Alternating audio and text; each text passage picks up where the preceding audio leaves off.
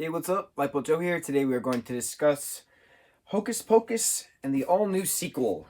This is a 521-page book, and I sound disgusted because I am actually disgusted. Not disgusted.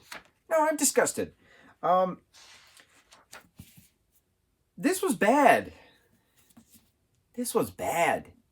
It was scandalous at parts, but then, like, that ending was just awful. And the characters in this sequel were just lame and not well thought out. And the retelling of the movie itself. So the first part, who wrote this? And I don't even know who the hell wrote this.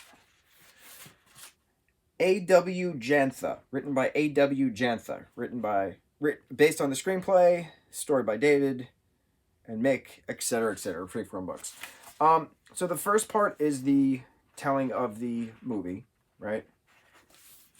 Which is, just show you how it breaks it down. Basically, so part one is then, right? And then, so this is the movie, okay? And then part two is the sequel. There's a big gap. Both take place on a Halloween night. So I don't know how the hell one is, what? 197 pages? And then the rest of the book goes up to 521 pages. I started reading it in JFK back in the middle of November. I was traveling for reasons we will not discuss anymore. But I'm all worked up. So I read like 3 chapters in the airport. I read a chapter on the plane, you know, on my trip. And then I have been working my ass off. And I have not had time to read. And this book is not written well. So it's hard to read it. It's really hard to read it. It's like 2 pages worth of why the sky is blue and the earth is green. I don't give a shit. Give me the damn Sanderson sisters, okay? I'm spoiled when it comes to Rick Riordan books, right? Like, I have 2 books waiting for me over here. I keep all my books and my graphic novels, my comics, that I need to read on my TV stand, right in front of my TV, so that way I'm guilting myself, saying, oh, you have time to watch TV, but you can't read? Sometimes I have the mental capacity. I'm very ADD on certain things. Sometimes I have the mental capacity to watch a show and to watch TikTok videos at the same time, or play the Disney emoji game, which I'm obsessed with. But then other times I can actually sit down, drink coffee, read if I have the time, if I have the day off, which is extremely rare. Retail sucks the soul out of my life, etc. Right? So I have The Stormrunner by J.C. Cervantes. I cannot wait to read this. This is a Rick Riordan Presents book. It's about Aztec, I think, Mayan, something like that. Mayan, yes. I'm very excited, right? I already got my bookmark. I'm good to go, okay? I do want to plow through those graphic novels that we were talking about. I got Stranger Things, I got Rick and Morty, I got Walking Dead. I'm good to go. But then I have the 4th book of Trials of Apollo, right? Tyrant's Tomb. I am spoiled when it comes to books because Rick Riordan knows how to write a mother effing book, okay? He knows how to write. Keeps you interested, jumps to the point. There might be 1,000 plot lines going on, but he wraps it up and it works and he's got well-rounded characters. I'm spoiled, okay? So then when this came out, I only got it because I'm a Hocus Pocus fan. I'm a Disney fan, right? Like, I was excited. But then I'm reading the retelling of the movie and, like, certain scenes in the movie are not in this. And certain scenes that are not in the movie are in this. And you're like, well, were they scenes in the original script and they just took them out of the movie for time? It's possible. But then there's a certain conversation, I want to say Allison, Danny, and Max had in this book that didn't exist in the movie. And then vice versa. A conversation that they had in the movie didn't exist in the book. And I'm like, bro, what the hell are you doing right now? Like, that's not what you do. But it's fun seeing, you know, Winnie, Sarah, and Mary do their Sanderson shtick. Thackeray and Emily, you know, being around, and Max, Allison, and Danny. It's nice seeing all these characters in book form because it's like you get like the mental behind of like, what is the character thinking when they grab this thing and like do this, and so that little nuance is a little fun. And then you get to the sequel, which is 25 years later, and it takes place in 2018. Certain parts were cool, but there was so much plot that did not make any sense at all. So the plot revolves around Poppy Dennison, who is Max and Allison's daughter. right? They get married. Max is a teacher at the high school. Jay, the bully, is actually, Jay Taylor is actually the principal at the high school. I like that. I like that little shtick. They still hate each other. Okay, great. Jay's daughter, her name is Katie. Katie does not get along with Poppy, who is Max and Allison's daughter. Okay, so like the family unit is still there, and okay. Max and Allison live in her parents' house now, that big mansion. The plot is for the parents to hold a big Halloween party on the night of the blood moon, so all of the kids at Jacob Bailey High School can be safe and away from potential witchcraft and mischief and stuff to that extent. They have the burned out wick of the black flame candle locked in a safe. They still have the keys to the Sanderson property because they are now the caretakers, etc. So Poppy is a terrible character, terrible literary character. Now, I need to state something very important. I am gay. We've discussed this numerous times. Poppy, being a closeted lesbian who is attracted to this girl, Isabella, was so forced in a way that I was actually embarrassed to read. No, that's not how this works. You want to show two questioning sexual orientation characters, you read Becky Albertelli's books in the Love, Simon series. Becky is a genius when it comes to that. Shout out to you, Becky. I'm also going to give Justin Sumper a shout out. He's another amazing author who I've praised 1,000 times for his vampire books. Doesn't necessarily have gay vampirates, but they have same-sex donors when it comes to blood and stuff like that. The whole sharing concept, and Justin himself is gay. He knows how to properly keep that, keep sexualities not really relevant in a sense, right? But this was so forced as a plot point, and it made no sense. Simon Spear being gay in Love, Simon, or in the book version, Simon versus the Homo sapien agenda, makes sense because it's a plot point. It's what the story is. He falls in love with this guy Blue, over email. Story of my life. That's how my first love came about. Literally through the internet, interwebs, way back when. Story for a different time. But Poppy just whining and being a little bitch, frankly, about everything, about hating Halloween and liking this girl Isabella, but doesn't know how to tell her, but complaining about it, not like a genuine concern of herself or how do I express my feelings and stuff like that. She's just being a bitch the entire book. That's the best way to say it. And I'm like, no.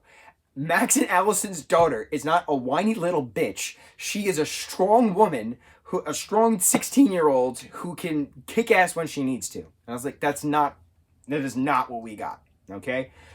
Poppy's friends, Isabella and Travis, are great characters. Don't really get that much about them, but they're great. The arch nemesis, Katie, Jay's daughter, is pretty cool. Having them all work together to fight the witches, and it's a matter of how do the witches come back, right? So Isabella brings a spirit board. They don't call it a Ouija board. I'm assuming Ouija is trademarked. I really don't know, but they call it a spirit board to Poppy's parents, what's it called? Halloween party. And she's like, hey, why don't we go to the Sanderson house and talk to some ghosts? And Poppy's like, no, I hate Halloween. And then she's like, no, I really like this girl. I want to impress her. And I'm like, girl, what are you doing? Fix your wig. Put the makeup back on. You're good. You're good to go. Don't go. You're good to go, as in you're good to stay here. Flirt with the girl you like. Don't be a dick. But she ruins it for everyone. So Poppy, Travis, and Isabella go to the Sanderson house, play with the Ouija board, wind up having the Sanderson sisters spell book, come to them. Oh, I got a cut on my hand. Interesting. See, I'm so frustrated I'm bleeding. But then it turns out Isabella had the book the whole time, and you're like, how in the hell does the Sanderson book go from the Sanderson house, vanishes for 25 years, and then appears in this random 16-year-old girl's hand? And she's like, yeah, I found it on my bed this morning. I figured it'd be a good thing to bring it back to the house and talk to the spirits. Who wrote this? I'm going to keep yelling. So you better be prepared, people. A.W. Jantha. So it turns out they were being tricked by the book, Winifred's spell book, is the one communicating with them, and they inadvertently create a spell. It's a soul trading spell, right? So you send 3 souls to hell for 3 souls to return from hell. So Max, Allison, and Danny shows up in adult form, find the kids at the house. The spell is cast. Their souls get sent to hell, and the Sanderson sisters come back. And then it's all hell breaks loose. While this is all happening, it turns out there's a 4th Sanderson sister. Her name is Elizabeth. She's the good witch. I kind of like that little aspect. I thought that was pretty neat, right? She tried to... So she's the one who took the spell book after her sisters were hung back in 1693. Tried to perform a spell to get Emily Binks back, but then the town found her. She gave her husband and daughter this thing called a moonstone, which is from a blood moonstone, which is from her mother, to hide it, and she couldn't get the spell done, and then she was hung anyway for witchcraft, right? Okay, but she was a good witch, not a bad witch, because just because you're a witch doesn't mean you have to be bad, doesn't mean you have to be evil. So, things happen, time goes on. The plot of the book is the sisters need the blood moonstone to be brewed in a stew of river water and herbs, and it gives them eternal life. Or if you break the moonstone, then all of the spells that any Sanderson sister has ever made shall be broken, right? Their mother entrusted Elizabeth with this particular information. I don't know why I keep doing that. Every time I touch my hat, my hand hurts. Oh well. No more touching my head. So they do a spell, and it turns out that Isabella's great aunt was Elizabeth. That she is actually an offspring of a Sanderson, right? So she can actually find the blood moonstone. Turns out it's by a lighthouse.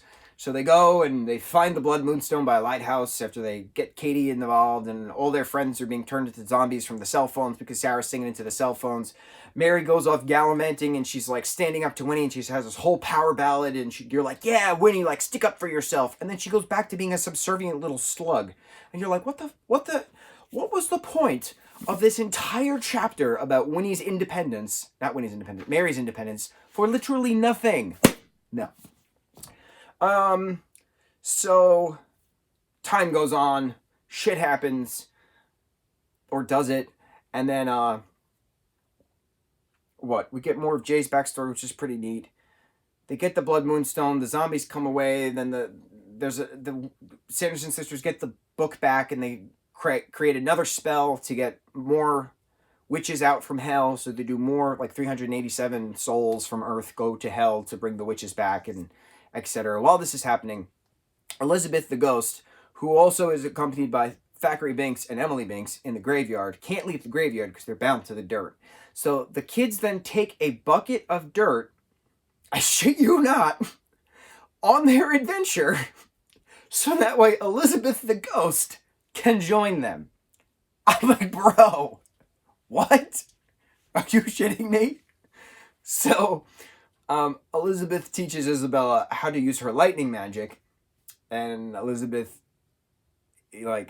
disappears at some point because the dirt gets scattered at the top of the lighthouse when all hell's breaking loose and all the witches are trying to attack them for the blood moonstone. Isabella eventually destroys the blood moonstone after 7 chapters of useless banter, because she could have literally just zapped it and be done with it, but whatever. And then the rock explodes, everybody's souls come back, the witches disappear. But before all this happens, mind you, they bring back the mother. And the mother turns out to be a very evil, conniving woman who only wanted the stone to rule for herself. She didn't want her children to rule. And then she comes back on 1 page. 2 pages later, they wind up pushing her out of the lighthouse window to her death. I'm sorry, what?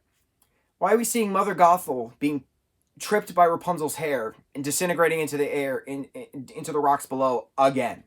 Like, I get it's a Disney property, but no, that's not how this works. You don't amp up a character and say, oh, I'm bringing Mother back, I'm bringing Mother back, I'm bringing Master, I'm bringing Mother back. Master as the devil. Who then dies 2 pages later. And then, like how at the end of the movie and at the end of part 1 of this, the witches disappear in a poof of smoke because the sun came up, and when he turns into a stone sculpture and just disintegrates, etc., right? Okay. we have no idea what happens to the Sanderson sisters at the end of this book. It's just the sun comes up, the stone explodes, all the humans come back, all the witches go away. That's it.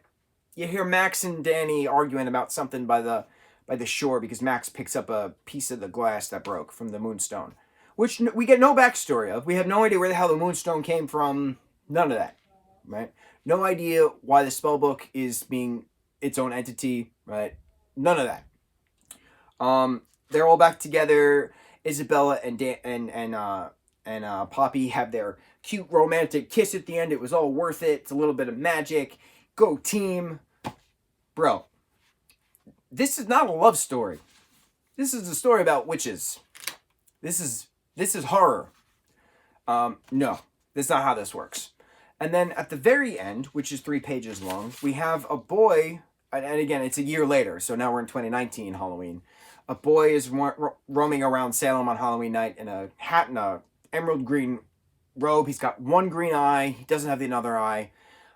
He goes to the cemetery, opens up the Sanderson sister spell book, looks at his eye, and he goes, "Oh, I've missed you." And then he brings Billy the Butcherson back from the dead because he's actually Billy's brother. And I'm like, bro, what?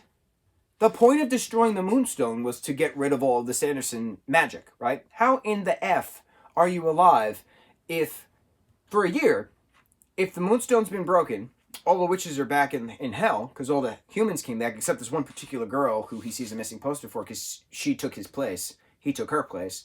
And then Billy's brother's eye is the one in the book the entire time. And then it says, "The teen witch grins. Welcome back, Billy. Great things await us." I don't want another third damn book. This was terrible. This was terrible. This was such a disappointment. And it took me, what? December, January, February. 3 months. It took me 3 months to read this. Because it was bad.